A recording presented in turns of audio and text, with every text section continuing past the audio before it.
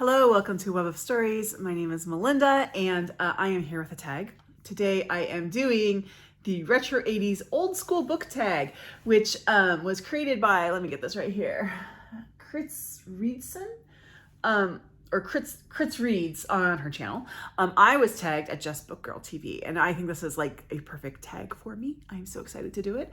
And I will tell you, I have not thought a lot about the prompts. I'm just kind of gonna go for it because I am a child of the 80s, so we'll see here. The first two questions fall under the category of a reading rainbow. What book, author, or series got you into reading? I am going to say it is the Ramona books by Beverly Cleary. I love Ramona. Ramona is awesome.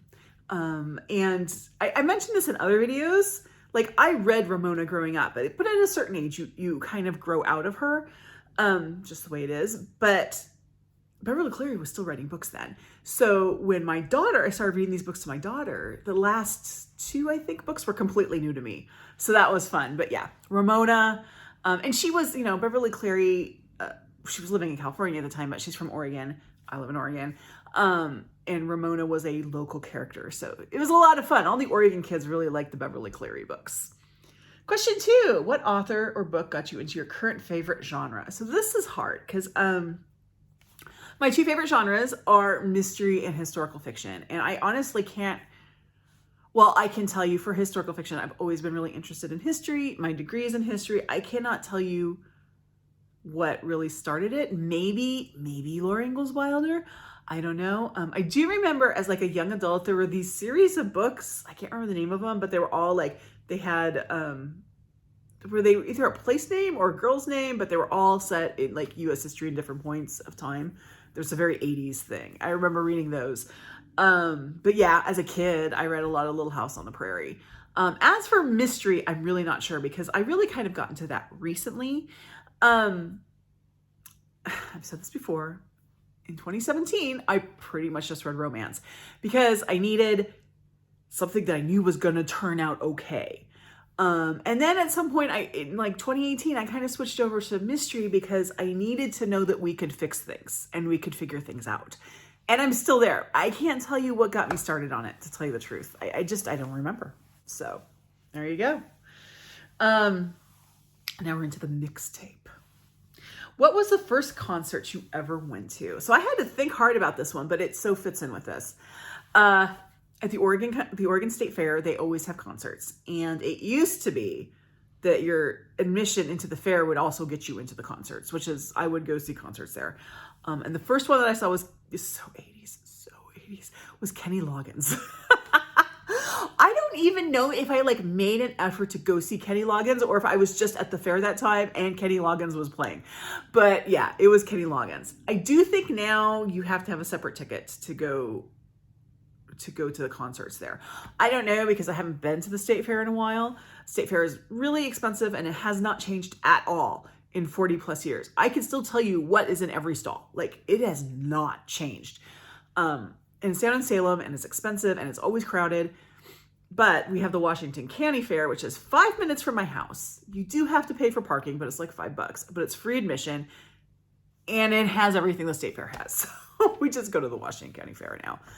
And I think they might now and then have concerts, but I don't think it's a regular fixture of that. But yeah, so my first concert was Kenny Loggins. I will say the last adult concert I went to was also fits into this. It was Billy Idol. Like, this was before I was pregnant with my daughter. I was just pregnant with my daughter. And we were at McMenamins, which from the area, McMenamins is kind of a local chain where they take these, lots of times they take kind of old establishments and turn them into brew pubs. And they also have some concert venues. And the big one is Edgefield, which is out in the Gorge. And they always have little things saying what's going on. And my husband and I went out for dinner and I said, oh, haha, look, Billy Idol's playing. And my husband's like, oh, Billy Idol. So we went to a Billy Idol concert. And I will tell you, that man sounds so much better now than he did in the 80s. I don't know what's up, but he just has a much better voice now. Okay. What band or artist do you love but never got to see live? Okay, first of all, I'm not a big concert person. I just am not. I've never really liked crowds. One of the reasons why I don't go to the State Fair. Just am not a big crowd person, especially after the pandemic. So concerts, like me not seeing someone in concert is not a huge loss. It just isn't. I've been to concerts. It's not a huge thing for me. But I will say, if I had to think about it, the one person I probably would have liked to see would be Cyndi Lauper. I liked Cyndi Lauper back in the day. I thought she was pretty awesome. Okay, now we're into I always feel like somebody's watching me. What was your favorite cartoon growing up? So I did watch cartoons as a kid, but I didn't watch that many of them because my mother said they made me crabby. I don't know if that's true or not. That's just what she said. So I know I watched like Scooby-Doo. I know I watched other ones, but Scooby-Doo is the only one I remember. So I'm going to say Scooby-Doo just because I can only remember. I don't know if it was my favorite or not, but it's the only one I remember. And to be fair, probably the only reason I remember it is my kids love Scooby-Doo and they're still watching Scooby-Doo. Now, my husband like watched cartoons, still watches cartoons. So he would have a completely different answer for this. But I'm going to say Scooby-Doo. Name a TV show or movie that is tied to a good memory. I actually did watch a lot of TV when I was a kid. I barely watch TV at all anymore, but I watched a lot as a kid.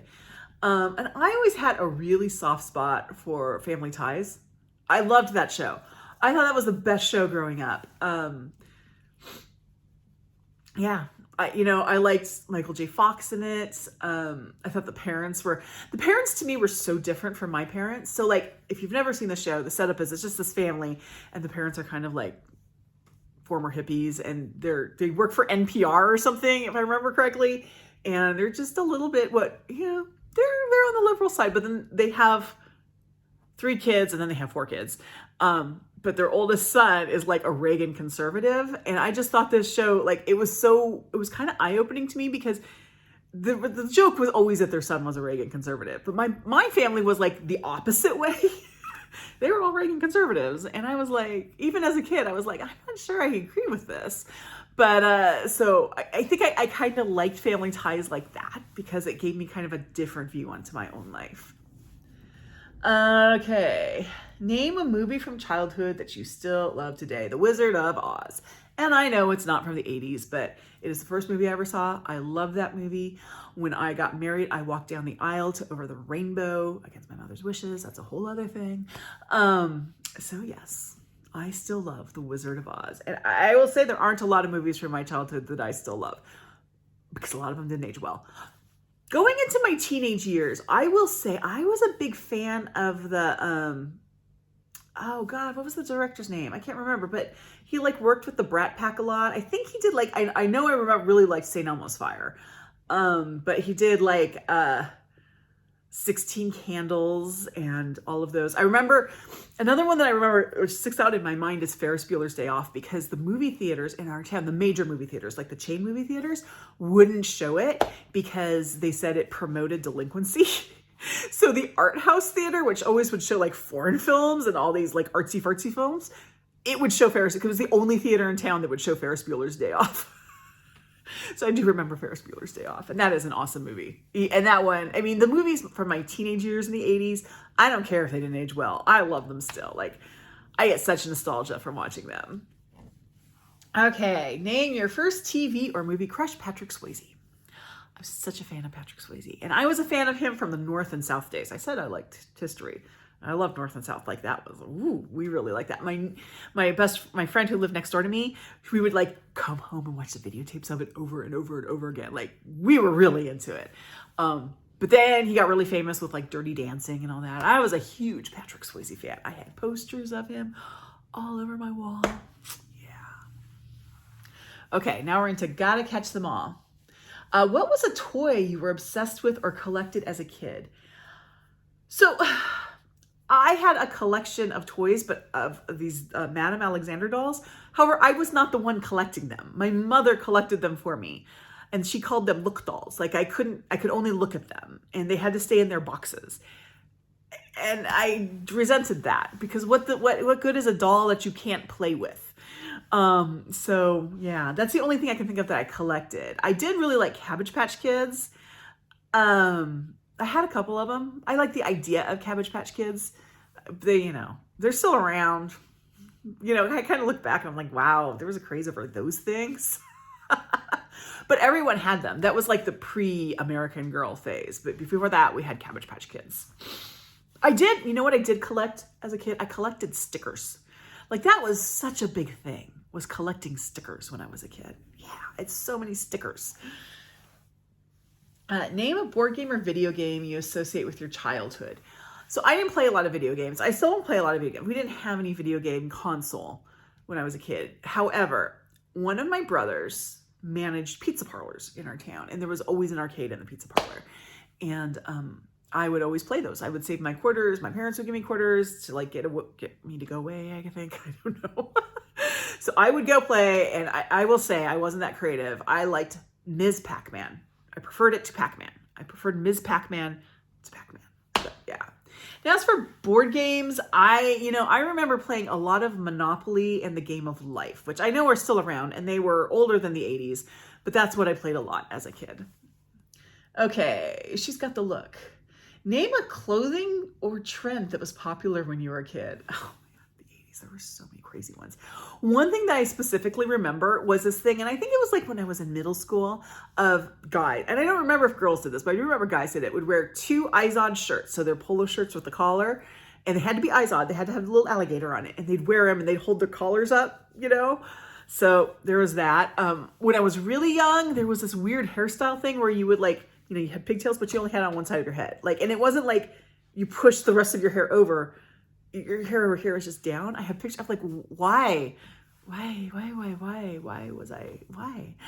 So yeah, but I remember Guess jeans were a really big thing. I never had them because they were expensive, and my mother's like, that's not a good reason to spend money on them, which she's probably right. I mean, to be fair, it's like, yeah, when I was a kid, it seemed like a big deal, but no, my daughter's like not very fashion oriented, so we get away with all this.